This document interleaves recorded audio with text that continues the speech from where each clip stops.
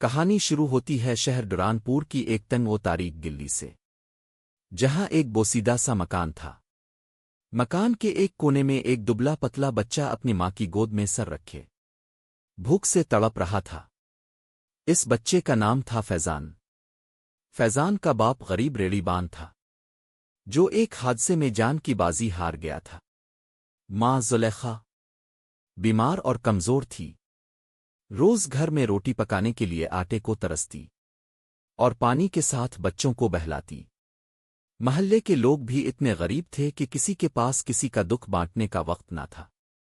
بھوکے دن، خالی راتیں، اور آنکھوں میں بس ایک سوال، کیا ہم صرف زندہ رہنے کے لیے پیدا ہوئے تھے؟ ایک دن جب زلیخا کو شدید بخار نے جکڑ لیا اور گھر میں ایک دانہ آٹا نہ تھا، تو فیضان نے ماں کے کان کے قریب جا کر آہستہ سے کہا، اماں، اب میں کچھ نہ کچھ کروں گا، ورنہ ہم مر جائیں گے۔ ماں نے کمزور ہاتھ سے اس کے ماتھے پر ہاتھ رکھا، مگر کچھ بول نہ سکی۔ اسی رات فیضان گلیوں میں نکل پڑا۔ سردی کا عالم، بھوک کی شدت، اور دل میں صرف ایک ارادہ، چاہے جو ہو، آج روٹی لانی ہے۔ اسی تلاش میں وہ بازار کے ایک کنارے جا پہنچا، جہاں عمرہ کی گاڑیاں کھڑی تھیں۔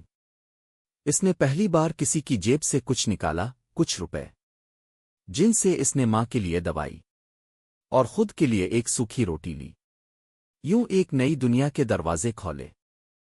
آغاز میں وہ صرف ضرورت پوری کرنے کے لیے چوری کرتا تھا، مگر جلد ہی اس نے محسوس کیا کہ اگر وہ چالاکی، تیز فہمی اور دل کے ساتھ کام کرے تو اس فن کو بڑا بنا سکتا ہے۔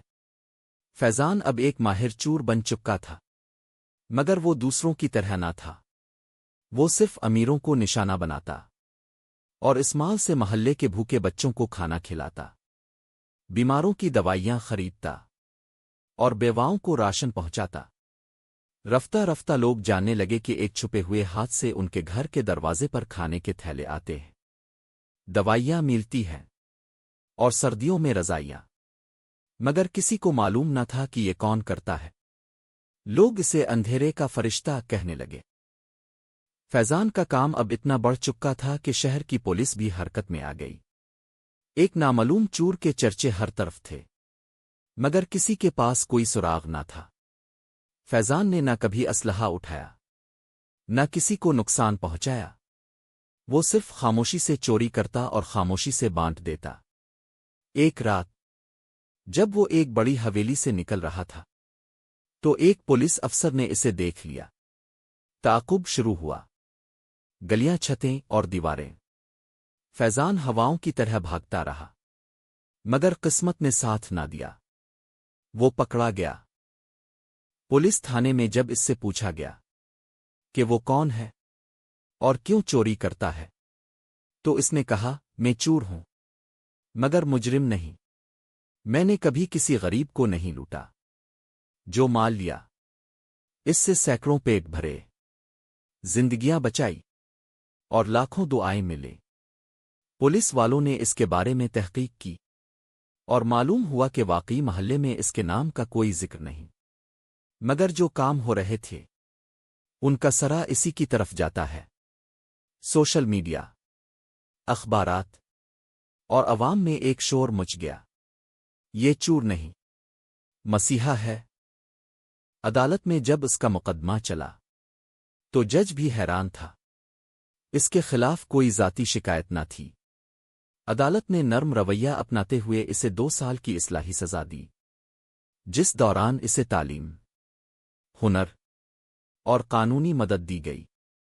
2 سال بعد جب وہ باہر آیا تو نہ صرف وہ ایک نیا انسان تھا، بلکہ ایک نئی تنظیم کا بانی بھی، فرشتگین سایہ، جو غریب بچوں کی تعلیم، خواتین کے حقوق اور بیماروں کے علاج پر کام کرتی۔ آج فیضان چور نہیں، رہبر کہلاتا ہے۔ لوگ اس سے سیکھتے ہیں کہ راہ کٹھن ہو سکتی ہے، مگر دل نیک ہو تو اندھیرے سے بھی روشنی نکالی جا سکتی ہے۔ فیضان کی کہانی ہمیں بتاتی ہے کہ کبھی کبھی حالات انسان کو چوری کی طرف دھکیل دیتے ہیں، مگر نیت اگر صاف ہو اور دل میں درد ہو تو وہی چور انسانیت کا خدمت گار بن سکتا ہے، کیونکہ جرم وہ ہوتا ہے جو صرف اپنے لیے کیا جائے، اور اگر وہ کسی دوسرے کی بھوک مٹانے کے لیے ہو تو شاید وہ جرم نہیں، قربانی ہے۔ کہانی اچھی لگی تو ویڈیو کو لائک اور چینل کو سبسکرائب کر دیں۔ شکریہ۔